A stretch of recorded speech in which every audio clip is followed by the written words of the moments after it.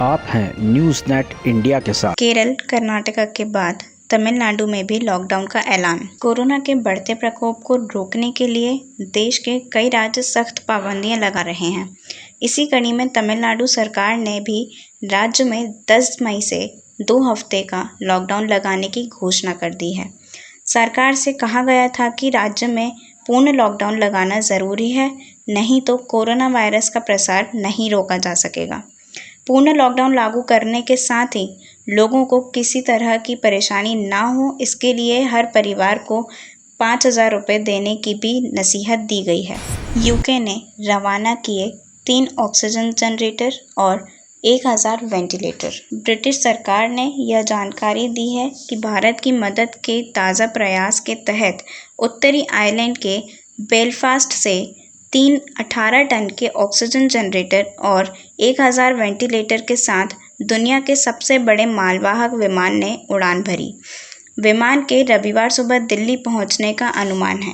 INS Vikramaditya में लगी आग, नौसेना ने दिए जांच के आदेश। भारत के विमान वाहन पोत INS विक्रमादित्य में शनिवार सुबह आग लगने की सूचना सामने आई है।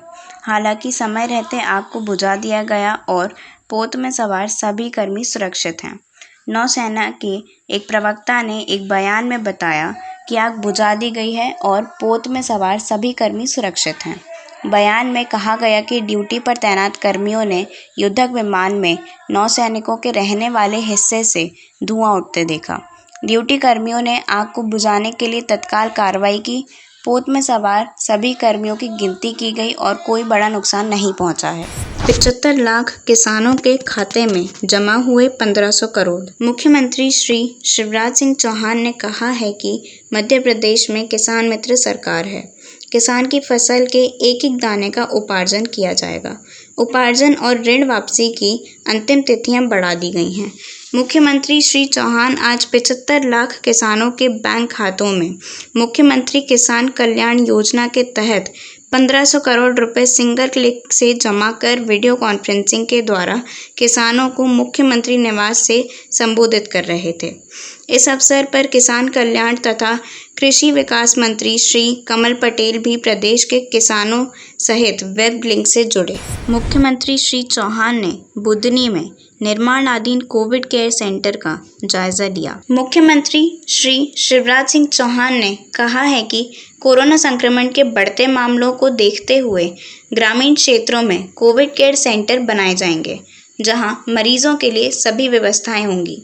मुख्यमंत्री श्री चौहान शनिवार को सीहोर जिले के बुधनी में एकलव्य आवासीय विद्यालय परिसर में 300 बेड के कोविड केयर सेंटर का जायजा लेने पहुंचे थे।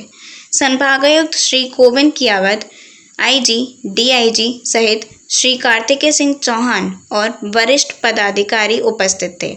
20 मई तक पहले चरण में 144 बिस्तर तैयार किए जाएंगे। सेंटर्स में फायर, पानी सहित स्वास्थ्य सुविधाओं का विशेष ध्यान रखने के आदेश दिए गए। इंदौर जिला अव्वल, दूसरे नंबर पर गुना, तीसरे नंबर पर जबलपुर। भोपाल, मुख्यमंत्री श्री शिवराज सिंह चौहान द्वारा आयुष्मान कार्ड धारियों के लिए सुविधा दी गई है कि अगर वे कोरोना संक्रमित होते हैं तो उनका अस्पतालों में निःशुल्क इलाज कराया जाएगा। उन्होंने पूरे प्रदेश के अफसरों को आदेश दिया है कि 100% आयुष्मान के कार्ड बनाए जाएं। CM के फरमान पर आयुष्मान कार्ड बनाने की प्रक्रिया शुरू कर दी गई है। प्रशासन के रिकॉर्ड अनुसार पूरे मध्य प्रदेश में 4.25 करोड़ लोगों के आयुष्मान कार्ड बनाने का टारगेट दिया गया है, जिसमें से अभी तक मात्र 51% ही टारगेट पूरा हो पाया है। इंदौर जिले के अफसरों ने सक्रियता दिखाते हुए पूरे प्रदेश में अव्वल आते हुए 77% कार्ड बनाए हैं। दूसरे नंबर पर गुना तथा तीसरे नंबर पर जबलपुर जिला। फ्लाइट लेफ्टिनेंट हीना जायसवाल ने रचा इतिहास। फ्लाइट लेफ्टिनेंट हीना जायसवाल ने येल हाका वायुसेना स्टेशन में कोर्स पूरा करने के बाद पहली भारतीय महिला फ्लाइट इंजीनियर बनकर इतिहास रचा है। एक उड़ान इंजीनियर एक विशेष कौशल की आवश्यकता होती है जो जटिल विमान प्रणालियों की निगरानी और संचालन करता है। एक फ्लाइट इंजीनियर के रूप में हिना को भारतीय वायुसेना के संचालन हेलीकॉप्टर इकाइयों में तैनात किया जाएगा।